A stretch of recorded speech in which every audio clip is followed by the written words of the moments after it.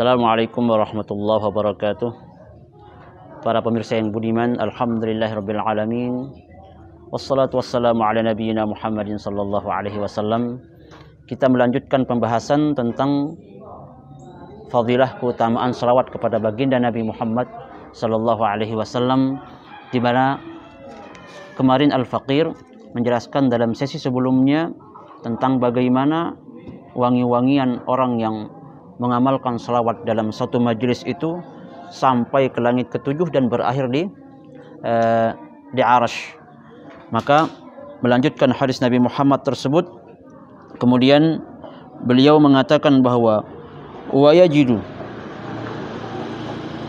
kullum man khalaqahu Allahu rihaha fil ardi. Maka wangi-wangian yang timbul, yang keluar dari orang-orang yang mengamalkan salawat di majlis ilmu itu, di majlis atau perkumpulan itu, wangi-wangian kalau sudah sampai ke langit, kemudian sampai ke Arash, kemudian apa? Turun lagi, mendapatkan wangi-wangian ini kemudian dirasakan oleh seluruh makhluk, ghairal insi wal jinni. Dirasakan wangi-wangian yang sungguh sangat wangi ini oleh seluruh makhluk Allah Subhanahu wa taala kecuali manusia dan jin. Kecuali manusia dan jin yang tidak bisa, yang tidak diberikan oleh Allah Subhanahu wa taala kekuasaan untuk bisa merasakan bau-bauan, wangi-wangian dari orang-orang yang mengucapkan kalimat salawat itu.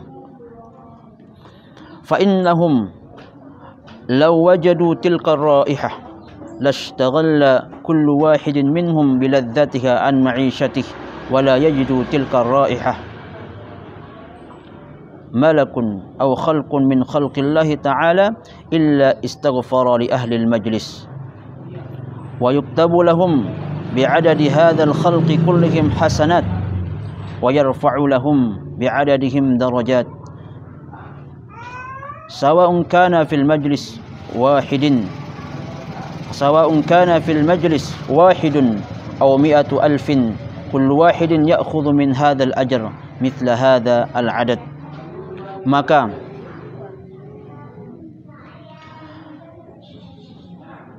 seandainya manusia dikasih kekuasaan oleh Allah Subhanahu wa taala untuk bisa merasakan bau-bauan yang sangat wangi ini dari orang-orang yang mengucapkan atau mengamalkan salawat dari suatu majlis, misalnya di majlis ilmu, Allahumma salli ala Muhammad, Allahumma salli alaihi wasallim, atau salawat-salawat yang lain. Seandainya Allah memberikan kekuasaan kepada kita untuk bisa merasakan wangi-wangian ini, maka sesungguhnya manusia itu akan fokus, hanya akan menikmati lezatnya wangi-wangian itu. Dia tidak mau dengan yang lain, tidak mau mengerjakan pekerjaannya yang lain, tidak mau mengerjakan ini, tidak mau mengerjakan itu. Karena apa? Saking nikmatnya dia merasakan bau-bauan yang sangat wangi yang tidak ada bandingannya itu. Seandainya Allah nampakkan itu, maka setiap yang merasakan raihah itu, bau-bauan yang sangat wangi itu daripada para malaikat atau khalqum min khalqillahi ta'ala, atau makhluk-makhluk Allah Subhanahu wa taala selain manusia yang jin, selain manusia dan jin, semua yang merasakan bau-bauan yang sangat wangi itu, istaghfara li ahli shalawat, memintakan ampun kepada Allah Subhanahu wa taala bagi orang-orang yang menjalankan, bagi orang-orang yang mengucapkan salawat kepada baginda Nabi Muhammad sallallahu alaihi wasallam. Dan dituliskan kebaikan-kebaikan oleh Allah Subhanahu wa taala. Berapa makhluk Allah Subhanahu wa taala yang merasakan bau-bau wangi-wangian itu? Makhluk Allah Subhanahu wa taala yang merasakan wangi-wangian itu, maka sebegitu pula Allah Subhanahu wa taala mencatatkan amal kebaikan-kebaikan sejumlah orang-orang makhluk Allah yang merasakan raihah thayyibah itu, atau wangi-wangian yang sangat wangi itu. Wa yurfa'u lahum bi'adadi darajatin, maka diangkat juga oleh Allah Subhanahu wa taala derajatnya sejumlah orang-orang atau makhluk Allah Subhanahu wa taala yang merasakan wangi-wangian itu. Apakah itu dalam satu majlis itu hanya satu orang? Misalnya saya melakukan mengucapkan salawat sambil saya duduk seperti ini, maka saya juga mendapatkan bagian itu seperti yang disabdakan oleh Nabi Muhammad. Atau sampai 10, 100 atau ribuan, semuanya sama mendapatkan kelebihan dan fadilah dari Allah Subhanahu wa taala bagi orang-orang yang mengamalkan salawat itu. Maka fa ya ikhwani idza alimtum, maka wahai saudaraku, apabila kita sudah mengetahui, kalian sudah mengetahui fadilah-fadilah keutamaan salawat yang saya sebutkan, yang Al-Fakir sebutkan dari awal majlis kita, maka sudah seyogianya bagi kita semua untuk memperbanyak salawat kepada baginda Nabi Muhammad sallallahu alaihi wasallam. Kenapa?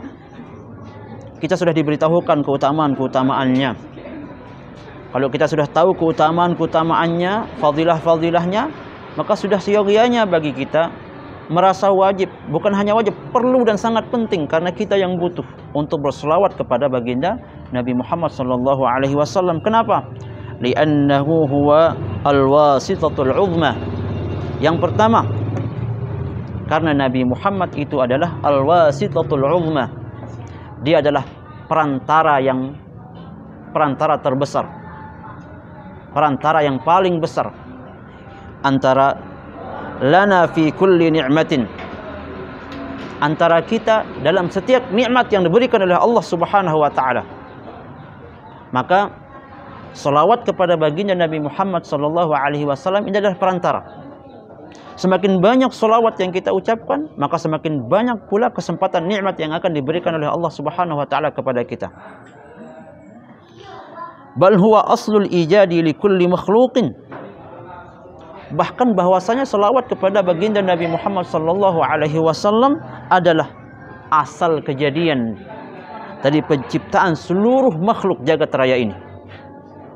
Wa huwa aslul ijadi li kulli makhluqin. Dia adalah asal kejadian atau asal penciptaan dari seluruh makhluk di jagat raya ini, adalah salawat baginda Nabi Muhammad sallallahu alaihi wasallam.